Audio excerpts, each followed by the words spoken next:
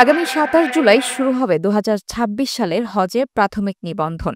গমনে ইচ্ছুক ব্যক্তিরা প্রাথমিকভাবে ৪ লাখ টাকা জমা দিয়ে হজের প্রাথমিক নিবন্ধন করতে পারবেন। ২১ জুলাই ধর্ম উপদেষ্টা ড. আ.ফ.ম. খালিদ হোসেনের সভাপতিত্বে সচিবালয়ে ধর্ম মন্ত্রণালয়ের সভাকক্ষে ২০২৬ সালের হজের রোডম্যাপ বাস্তবায়নের লক্ষ্যে অনুষ্ঠিত সভায় এ সিদ্ধান্ত নেওয়া হয়। সৌদি সরকারের রোডম্যাপ অনুসারে এবছরের ১২ অক্টোবরের মধ্যে হজের চূড়ান্ত নিবন্ধন সম্পন্ন করার বাধ্যবাধকতা রয়েছে।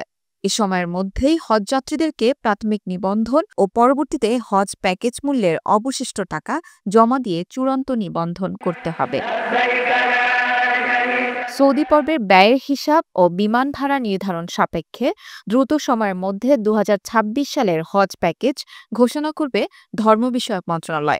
সরকারি মাধ্যমের হজ যাত্রীরা ই-হজ সিস্টেম www.hoj.government.bd, লাব্বাইক mobile app, union digital centre, Islamic ফাউন্ডেশনের বিভাগীয়, জেলা ও বায়তুল মোকাররম অফিস এবং আশকোনা হজ অফিস হতে প্রাথমিক ও চূড়ান্ত নিবন্ধন করতে পারবে। তবে বেসরকারি মাধ্যমে হজ পালনে ইচ্ছুক ব্যক্তিদেরকে অনুমোদিত হজ এজেন্সির মাধ্যমে নিবন্ধন করতে হবে।